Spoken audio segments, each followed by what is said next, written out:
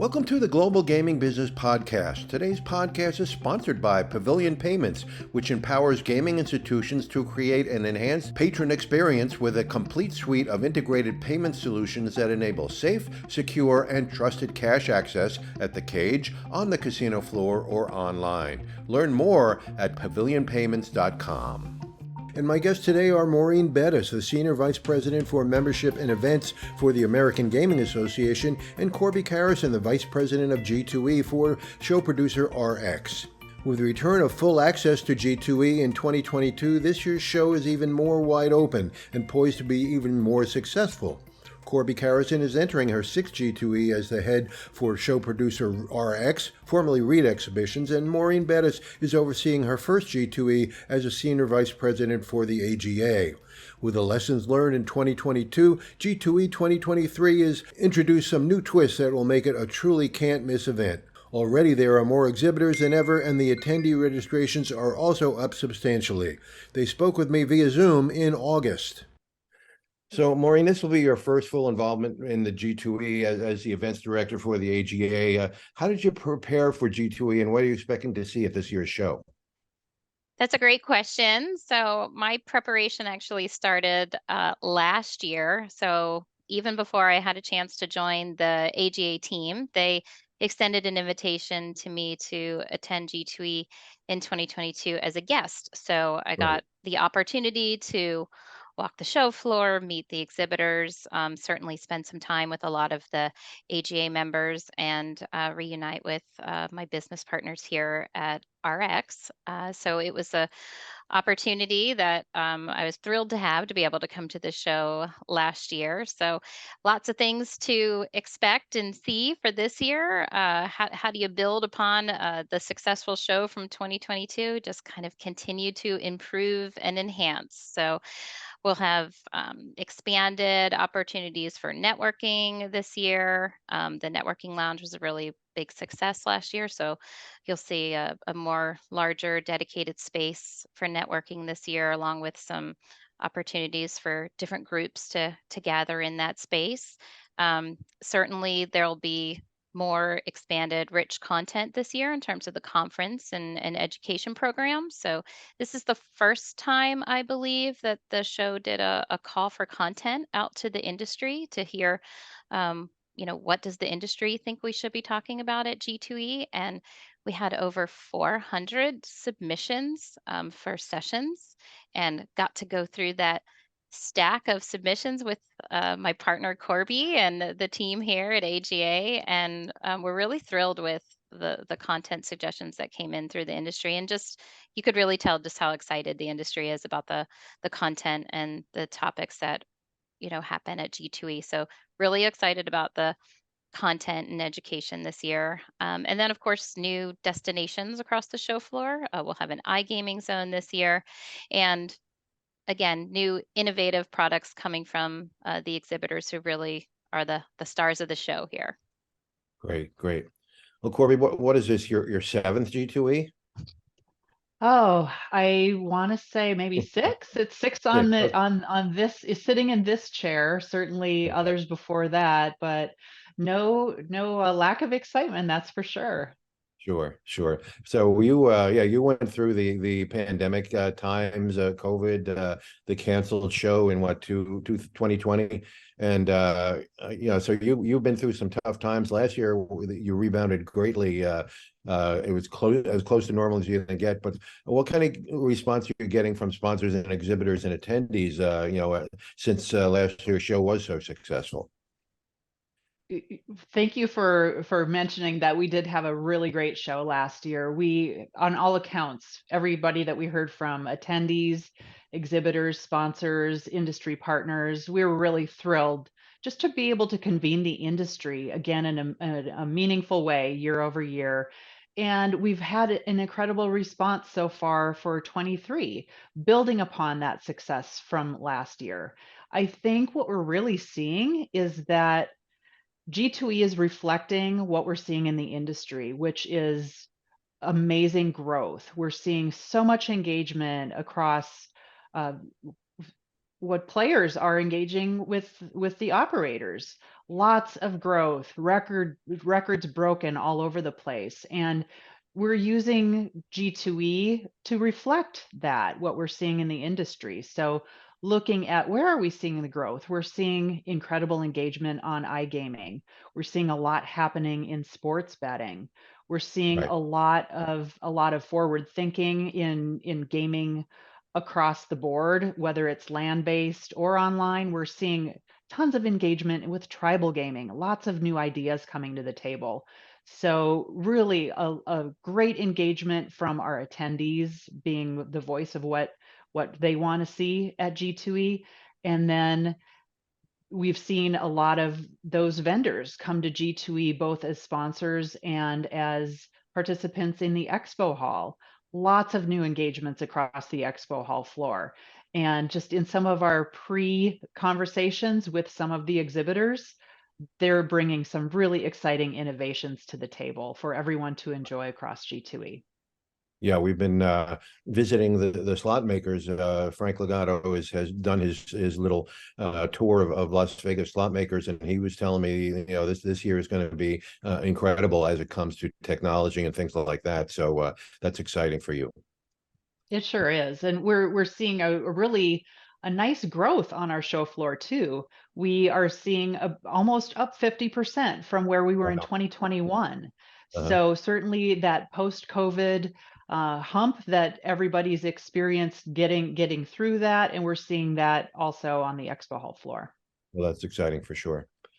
So, Maureen, tell us about the interactive tools that G2E is offering to assist both exhibitors and attendees to get the most out of the show. You debuted the app, I guess it was right before COVID, and I was one of the ones who was a little reluctant to that because I like to have the little magazine in my hand and be able to read that. But once I figured out the app, it was like, whoa, it makes it really easy. So explain how that's changed this year and some of the other tools that you have.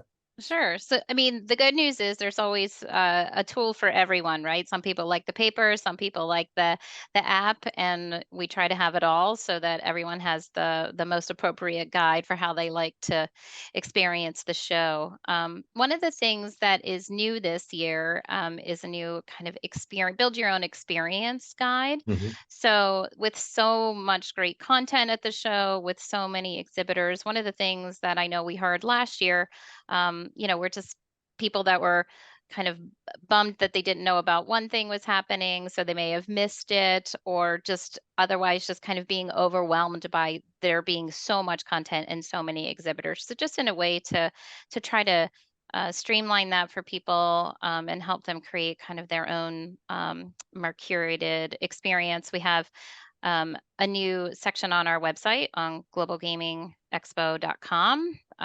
Users can go to experience, click on guides, fill out a little quiz there about their interests, and it'll create a new kind of personalized plan for them to help them kind of determine which sections across the show floor are right for them, which education sessions are important to them, just kind of based on their interests. So, hoping to make it a little more, a little less overwhelming and a little more personal and kind of streamlined for people to curate their own experiences this year. Yeah, that's great. I mean, G2E can certainly be overwhelming when you look at that show floor and you just walk half of it and you're tired. You want to sit down. So it's great to be able to do that. So tell us about the networking sessions. I know, there's a new networking area there. In fact, we're using it along with the innovation group for our emerging leaders 40 under 40 celebration. We introduced that class of 2023. And then, I know there's AGM is using it for their awards as well. So what other groups are using that section, and what other networking opportunities are there at the show?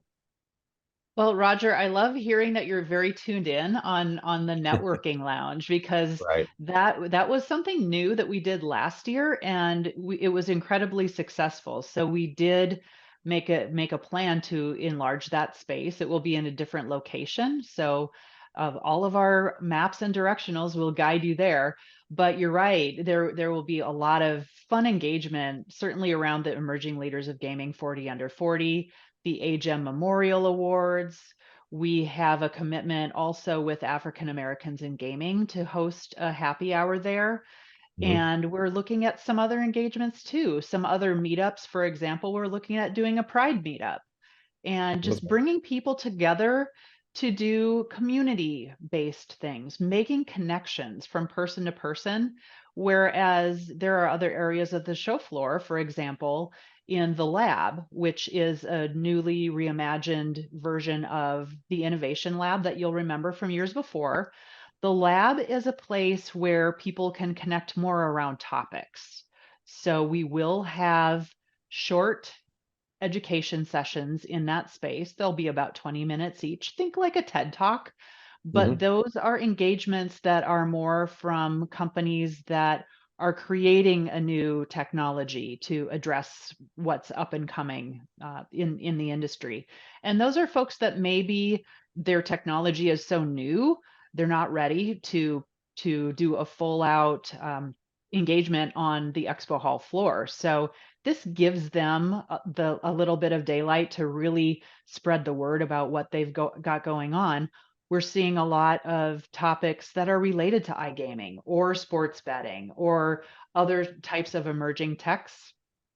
And we are planning some networking meetups around those topics as well too. So all of that information will be on our special events guide on the website.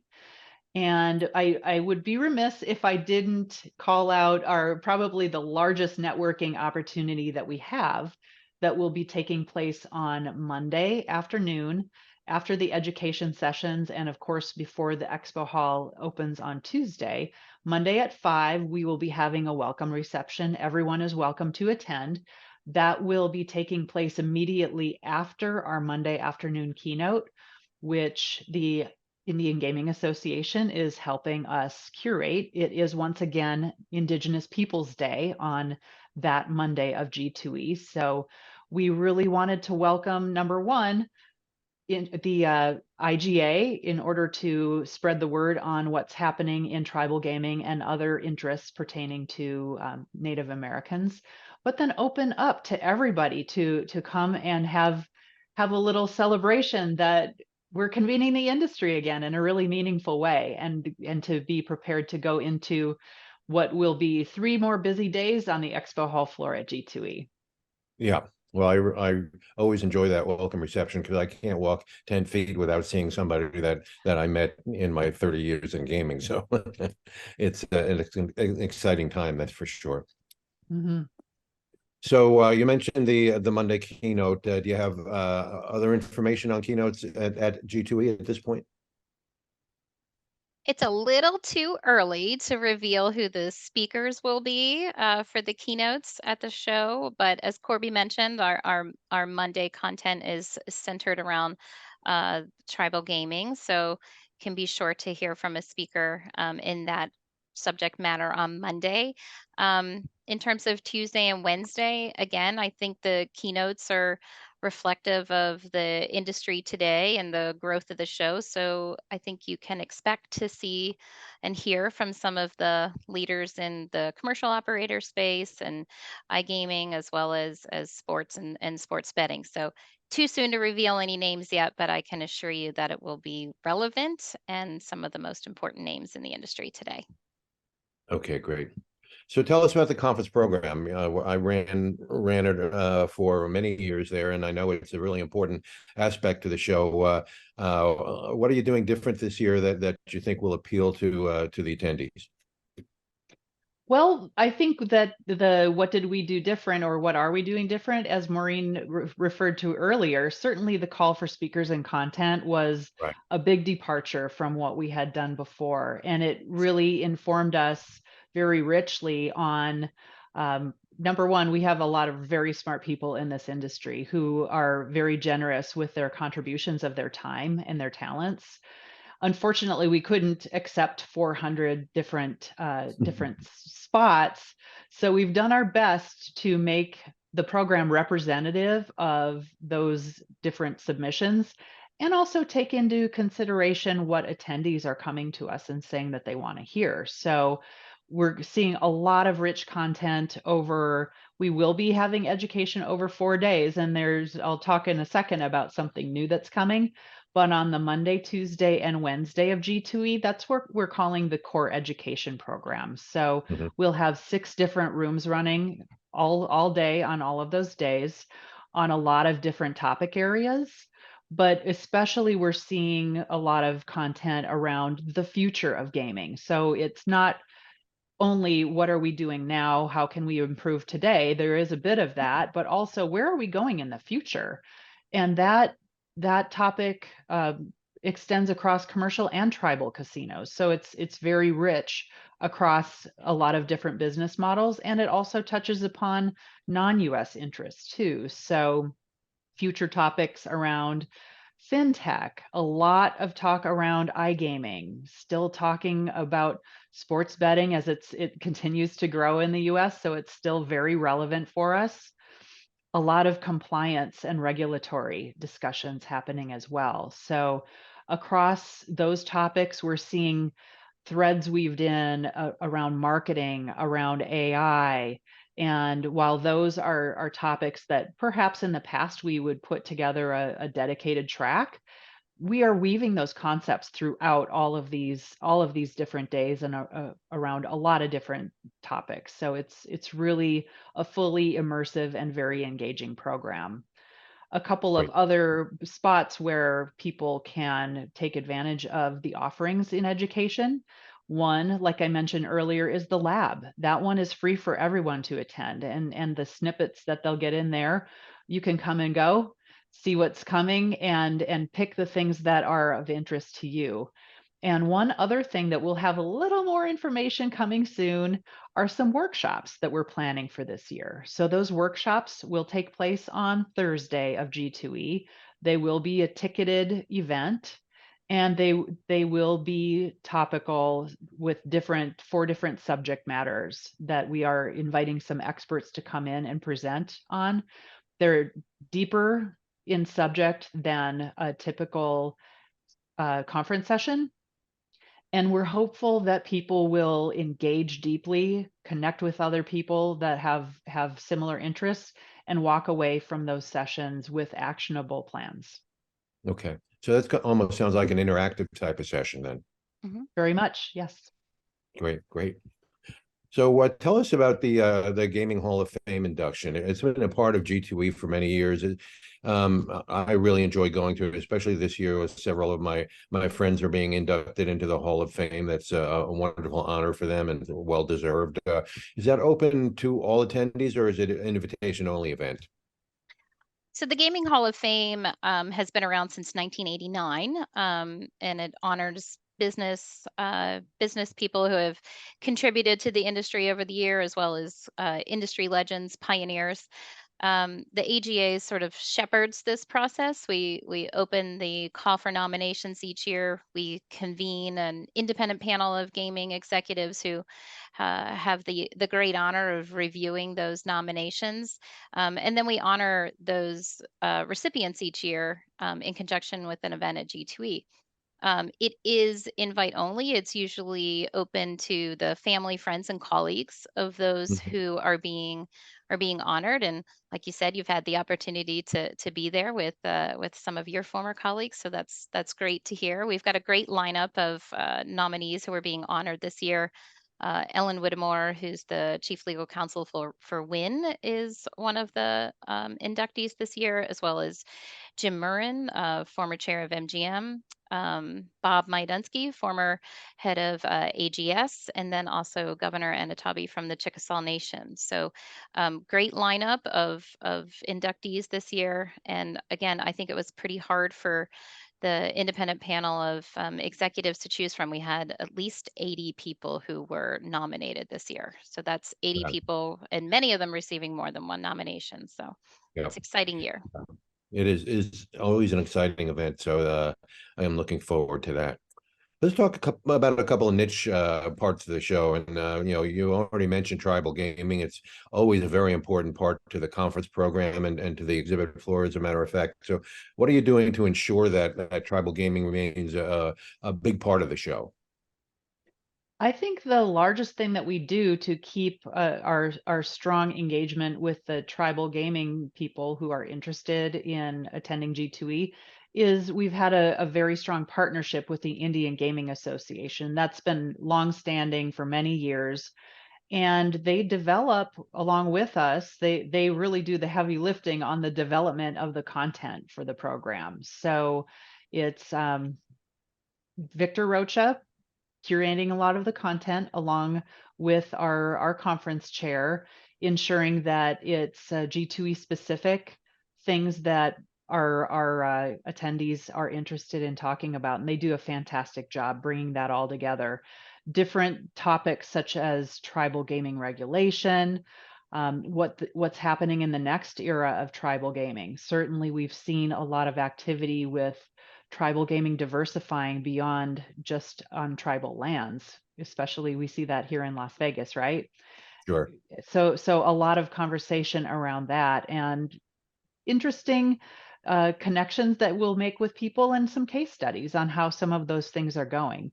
But Sure. again, I really would like to underscore the Monday keynote that is going to be really focused on tribal gaming and different tribal interests. And we just are very thankful that Indian Gaming Association has been a partner of G2E for so long. Right. I just had some staff come back from the Oklahoma Indian Gaming Association show, and they were amazed at the attendance there. That there was a lot of obviously a lot of tribal gaming, but also a lot of regulators showed up there. So I'm expecting that you'll see those type of people there as well. So let's talk about iGaming then. And you mentioned sports betting, and it's been getting to be a larger part of the show every year. And now that iGaming is legal in quite a few states in the U.S., I'm assuming that area is growing as well. Yeah, of course. As the kind of the omni-channel experience continues to serve up options to the consumers and the gaming public whenever they want, however they want, we're of course going to be incorporating that content into G2E. So we will have a new dedicated show floor space to iGaming this year called the iGaming Zone.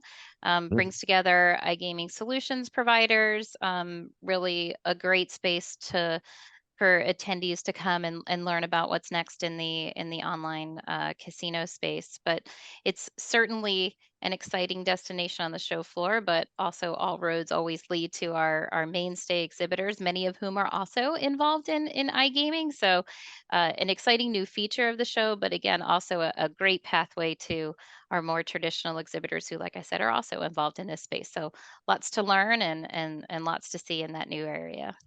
Yeah, no question. And another thing that my staff learned at OIGA was that there's a real crossover between tribal gaming and iGaming. Yeah. There's a bunch of sessions at OIGA on iGaming, and while tribes haven't been totally neck deep in that, now they're preparing for it though. Mm-hmm. So let's talk about G2E Asia. That was hit really hard with the closure of the casinos in Macau for quite some time. And the restrictions about gathering in the Asian market there. But this year you actually had two G2E Asia, one in Singapore and one in Macau. How did they go? And is that going to be the wave of the future for G2E Asia? It's a great question. Due to kind of the timing of when I joined the AGA, I joined the AGA back in the fall, just after G2E 2022. So um, rough time to be making a decision about where and when to hold G2E Asia. Just considering where we were as a show, and then also where the pandemic was in other countries. So we made the decision to hold G2E Asia in Singapore in May. By all accounts, by speaking with exhibitors and with attendees, sounds like it was a great show. I had the opportunity to be there. Exhibitors were very satisfied. We had more exhibitors than we had originally anticipated. And that focus was really more on the traditional land-based gaming, just like your more traditional G2A Asia has been in the past. We then held another event in Macau, as you referenced, in July, and the focus there was really more on integrated resorts. So a different set of exhibitors, a different set of attendees, also positive reviews out of that show. So we're still looking, of course, at the numbers and the reviews on both. And we'll be ready to make a decision here, I think, pretty soon about in the next coming weeks about where and when G2E Asia 2024 will occur. Yeah. Well, it seems as Asian gaming is really bouncing back. The numbers in Macau Absolutely. have been really impressive lately. And then, you've got the Cambodian casinos, which are still doing well. And then we're talking about possible casinos in Thailand. So there's a lot of activity in that sector. And 2 shows might not be a bad idea, frankly. So just one more question. With such a wide interest in this year's G2E, what does it say about the growth and the health of the casino industry and its largest trade show and conference? So one of the things that we do here at the AJA, of course, is keep a track on the growth and what's happening in the industry. And I get to say growth because I think this is a pretty lucky industry considering the explosive growth that we continue to see here. So last week, the AJA released its most recent numbers, and we've had the industry's 10th consecutive quarter of growth, which is just incredible. And I like to say that I think we are probably the envy of many industries. So I think as the industry continues to grow, as we consider to have better than a rebound, I think from the pandemic, I think the show is extremely reflective of that growth, and I'm excited to see what we have in store here for this year. Okay. Korbi, from the RX perspective, you've been involved in the show since the very start. What is your view of the growth of G2E in general and the industry in specific? It's really exciting to be involved from the very beginnings of the show and watching the growth of the industry globally, just the different engagements that happen, people coming from all over the world to engage with G2E and really convening in order to grow their businesses. So they're coming to G2E with a specific purpose of evolving their businesses, which is really exciting for us. Certainly the industry has evolved a lot, especially in the last 5 years, but we really love being able to serve up such an important event to the industry for the end game for everybody to advance their businesses. Great. Well, it's going to be an exciting time in October. Give us the dates and the location so anybody who doesn't know can sign up for it and how to sign up for it. Sure. The event will be at the Venetian Expo that is connected to the Venetian Casino. The education begins on Monday, October 9th, and the expo hall will be open on Tuesday, Wednesday, Thursday, October 10th, 11th, and 12th. If you haven't registered yet, registration is open at globalgamingexpo.com, and we would really love to see you there. And I'm sure you still have a few exhibit spaces remaining too for anybody who hasn't signed up for that yet. We do. We're signing on new exhibitors every day. Great. Well, good luck, Maureen. It's an exciting time for you. Your first one where you're really in charge here. So I'm really looking forward to meeting you in person and seeing what you put together. Thank you. Thanks for having me. Thanks for joining us on the GGB podcast, sponsored by Pavilion Payments, the industry's leading cashless payment provider. To learn more about the topics discussed today and all the important issues in gaming, check out Global Gaming Business Magazine. For a free virtual copy of the magazine, subscribe at ggbmagazine.com. To stay current with the weekly news of the gaming industry, subscribe to ggbnews.com. Use the coupon code GGB180 for a free subscription. Don't miss a single episode of the GGB podcast. Subscribe on Amazon, Spotify, and Apple Podcasts today. So we'll see you next time on the GGB podcast.